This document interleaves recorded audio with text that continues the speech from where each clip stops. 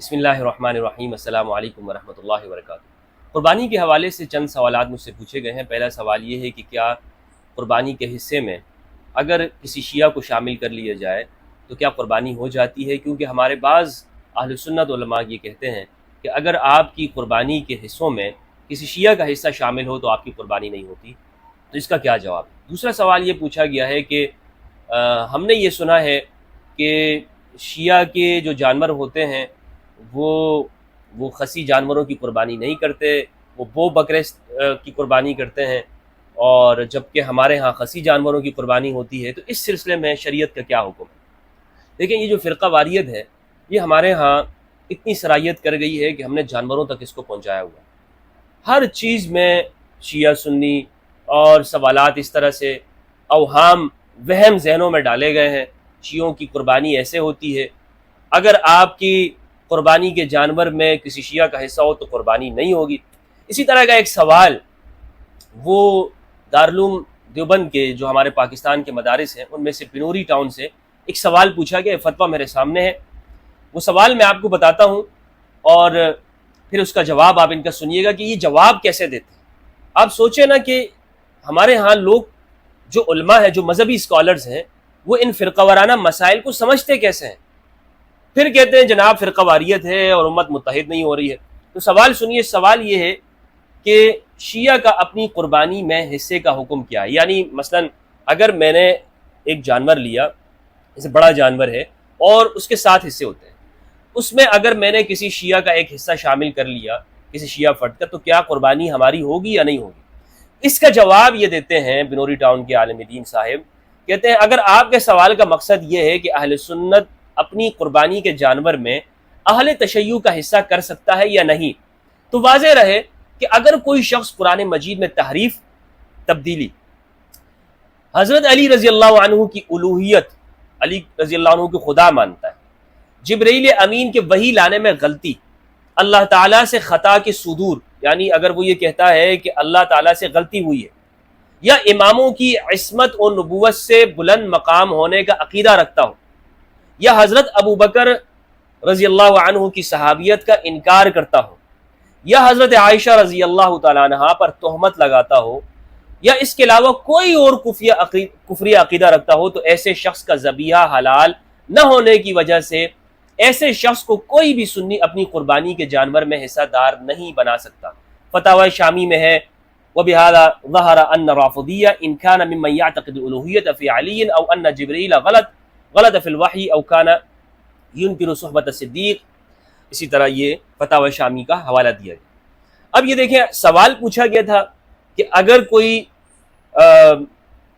اگر شیعہ کا اپنی قربانی میں حصے کا کیا حکم ہے؟ سوال شیعہ کے بارے میں تھا، لیکن جو جواب دیا گیا ہے وہ ان باتوں کا شیعہ کی طرف منسوب کیا گیا جس کا شیعہ کے عقائد سے کوئی تعلق نہیں ہے۔ یعنی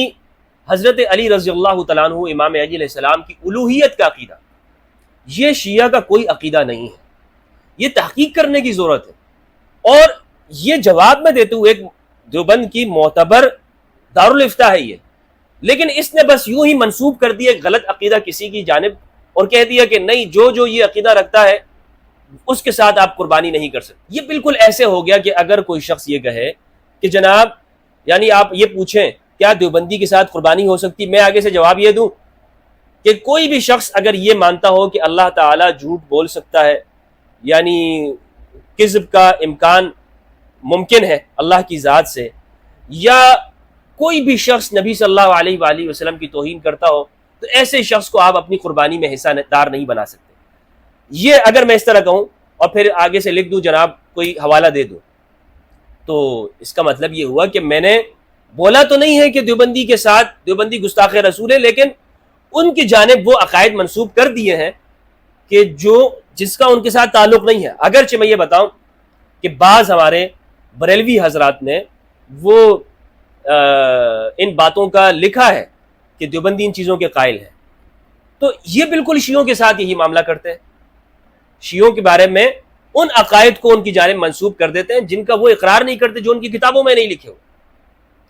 تو سوال اس کا یہ بنتا تھا کہ جناب ہاں شیعہ کے ساتھ قربانی ہو سکتی ہے، آپ قربانی کر سکتے ہیں، لیکن وہ جھوٹ موٹ ملا کر ان کی جانب منسوب کر کے حکم لگا دیا۔ اب اس سوال کا جواب چونکہ آپ نے مجھ سے پوچھا ہے اور میں اس کا جواب ہی دیتا چلوں، بالکل میں شیعہ کو مسلمان مانتا ہوں، مسلمان سمجھتا ہوں، جس طرح ہم سنی مسلمان ہیں اسی طرح مسلمان ہیں۔ یہ الگ بات ہے کہ ہمارا ان کے ساتھ چند فروعی اور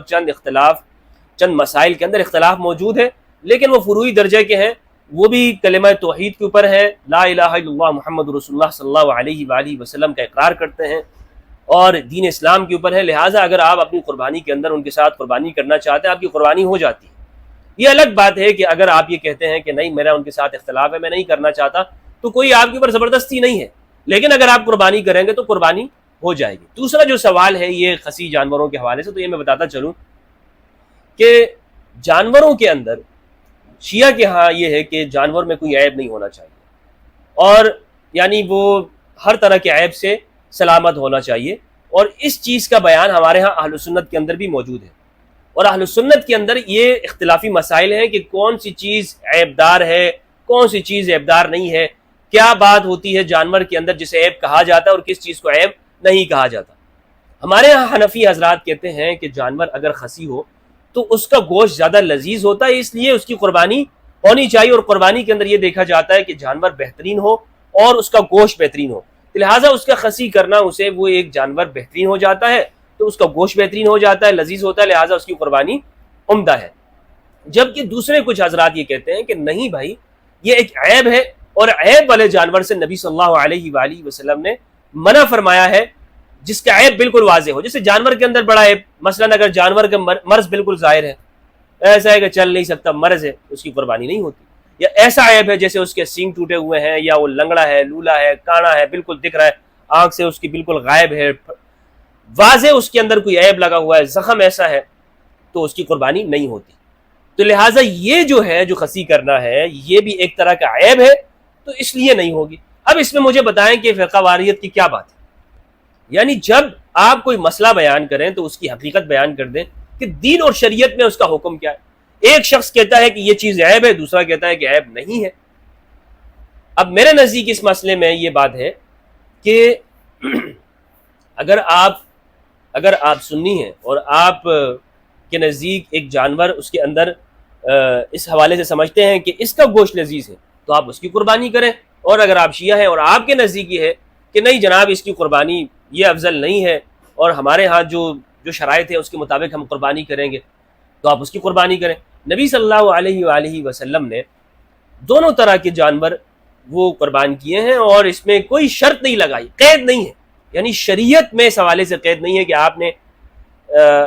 خسی ہی کرنا ہے اور جو خسی نہیں ہو تو اس کی نہیں ہوگی قربانی، یہ کوئی شرط اور قید نہیں ہے۔ لہٰذا یہ فقہی اختلاف ہے، اس کو فقہی اختلاف کی حد تک محدود رکھنا چاہیے اور سمجھنا چاہیے، اس کو کوئی فرقہ واریت کا مسئلہ نہیں بنانا چاہیے۔